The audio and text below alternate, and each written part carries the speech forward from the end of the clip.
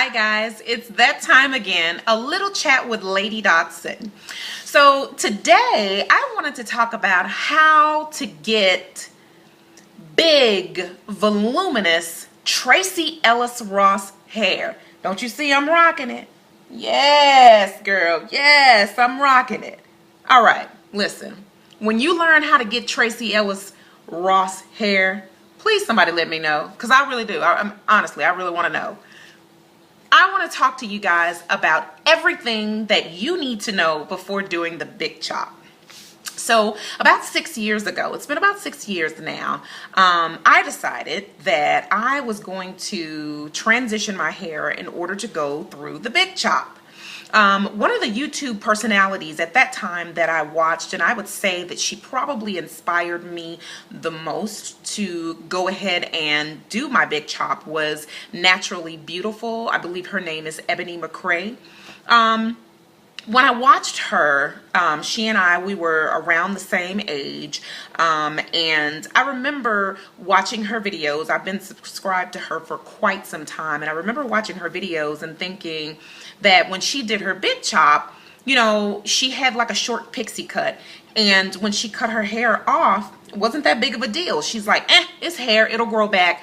But I thought that it looked so gorgeous on her, and she seemed so confident and, you know, in rocking this new, you know, cut. And I wonder what, you know, what this would be like for me. I wonder what I would, you know, look like. I was so sick of kind of going to the beauty shop and getting the relaxers in my hair. I was a beauty shop queen, honey, roller wrap queen.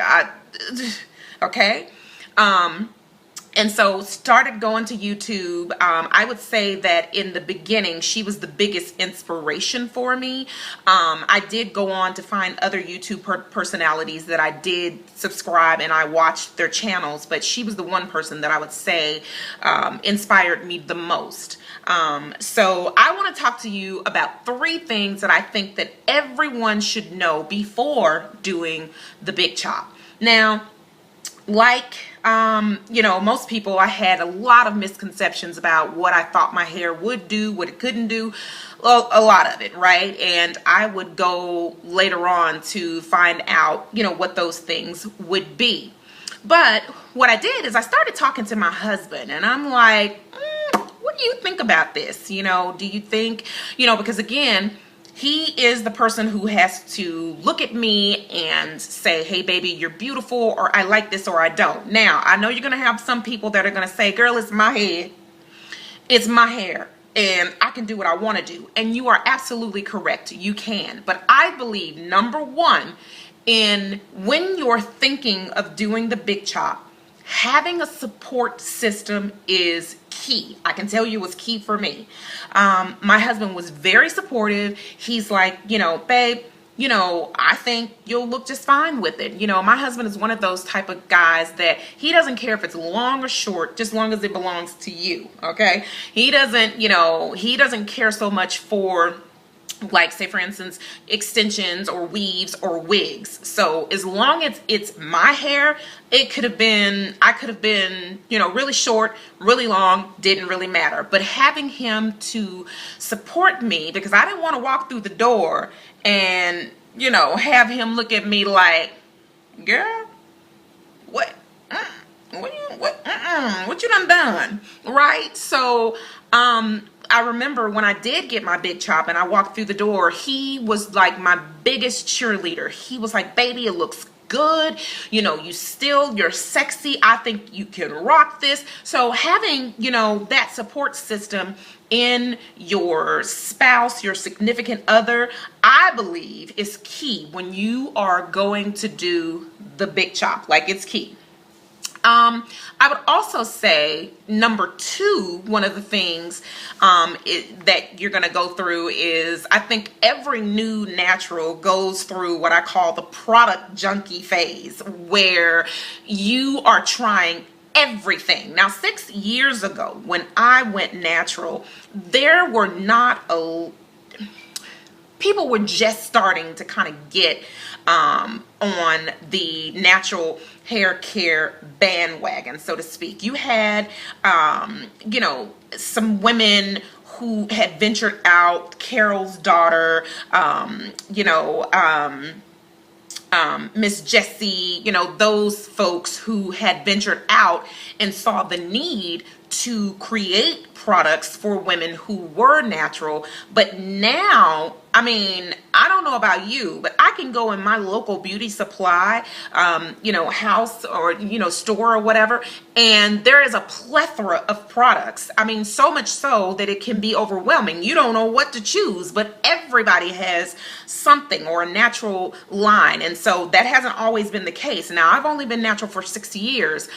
So I can only imagine that prior to, because there weren't as many products, as there are now that's on the market, it could become very costly. It did in the beginning for me. I was trying everything, right? Everything. I tried the more expensive brands. I tried low end. I tried everything. Literally, like yesterday, I just went in my bathroom and cleared out a whole bunch of stuff that I've had really for quite some time. So I would say, learning what works for your hair, and that's only going to happen with, it's only going to happen through time. You're going to figure out what your hair likes. I will tell you, that's one of the things that I can tell you that I liked about Naturally Beautiful. When she came on, it wasn't like she was trying to say to me that, listen, if you don't use the products that I'm using, your hair is not going to look like mine. She said, listen, this is what I use. It works for me. I don't know if it'll work for you, but I will show you what I do. That's one thing that you absolutely have got to get out of your head. And I will tell you right now is that, that if you use the exact same products that someone else has used, that you're going to get the same results. Because if that were the case, I would write Tracee Ellis Ross and ask her, girl, what do you use? Because I would want that hair. Learning what works for your hair, learning what your hair likes, and you will learn that. It only happens through time, and I would say allow yourself that time to experiment and figure out what works best for you. When you're saying, she looks a little different right now. That's not even the same t-shirt that she had on. What's going on? Okay, listen, my camera, or my device, it's not a camera, but my iPad, it died on me. And unfortunately, I had to run out and run a couple of errands. And so now I'm back and I want to finish, the video with you guys. Listen, if you have not subscribed to my channel, what are you waiting on?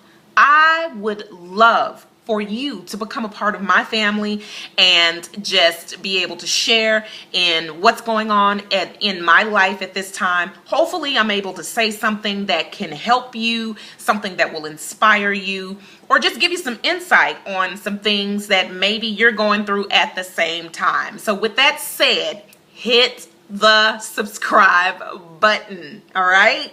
It's fun over here. It's fun, I promise. All right, so let's wrap it up. Finally, the last thing that I really kind of want to talk to you guys about when you are considering doing a big chop and going natural is, I think, the most important out of everything that I've said today, and that is learning to love what comes and grows out of your head, not someone else's. I think that has been the single most or the largest lesson that I've had to learn, is appreciating what my hair could do. Basically what I was bringing to the table, so to speak, as far as my hair was concerned. I remember that one of the misconceptions that I had when I first went natural is that I would be able to get in the shower, shampoo my hair, put some juices and berries on it, and voila, I'd be fly. Girl, no, okay? No. Anyone in the natural hair community will tell you that a wash and go, it's really not a wash and go. Like, honestly, you have to put work and products and manipulate and prayer hands and all of this other good jazz into a wash and go. So it's really not that way. But I had the thought that, you know, I wasn't going to have to do as much with my hair because now I'm not in the beauty shop. Now I'm not getting chemicals in my hair. So, you know, I'm good to go. And honestly, girl, no, that was just not the case. I honestly had to do more, and it was me having to do it. It wasn't me relying on a hairstylist or someone else to do for me. I had to learn for myself. But one of those things, you know, in learning that was hair envy, so to speak. And that is looking at someone else's hair and thinking that hers was so much better, so much cuter, so much curlier, so much coilier, whatever, you know, so much thicker, so much bouncier, whatever the case may have been, that the grass was always greener on the other side, that someone else had it so much better than me. And, you know, mine was, it was okay. So the moment that I started looking and saying, okay, listen, this is the kind of hair that I have, was when I started learning what I needed to do in order to achieve whatever style it was that I was looking for. You know, if I wanted it to be a little bit more voluminous, what do I need to do? If I wanted it to be a little bit more coily, what did I need to do? If I wanted it to be a little, you know, to be stretched, what did I need to do for my hair? What was going to achieve the end result for my hair? Now, again, I don't do a lot of the hair typing, you know, A, B, element of P, Q, F, G.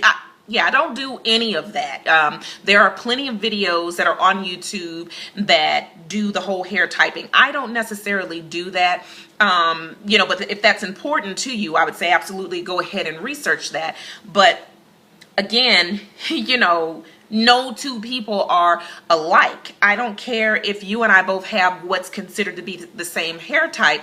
You still cannot expect the same results because there are so many other things that sort of go into what that end result is going to be.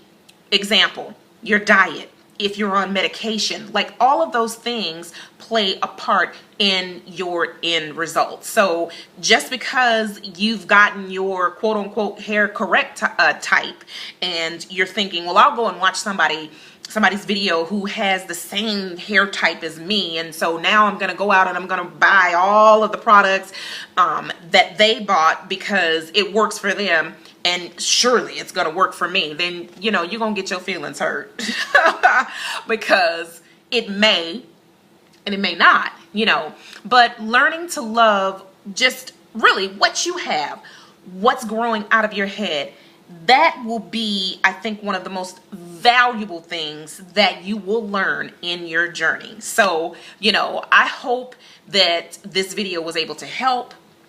And, you know, side note, if any of you find out what to do to get Tracee Ellis Ross hair, hit your girl up in the comments because I still want to know. I still want to know. But seriously, listen. Thank you so much for tuning in to the video. Don't forget to subscribe. I have other videos. Love you to take a look at those. My last video being summer ready, making sure that you have all the summer essentials, making sure that skin is looking good and dewy and misty and all that other wonderful stuff. Take a look at those videos. Hit the subscribe button.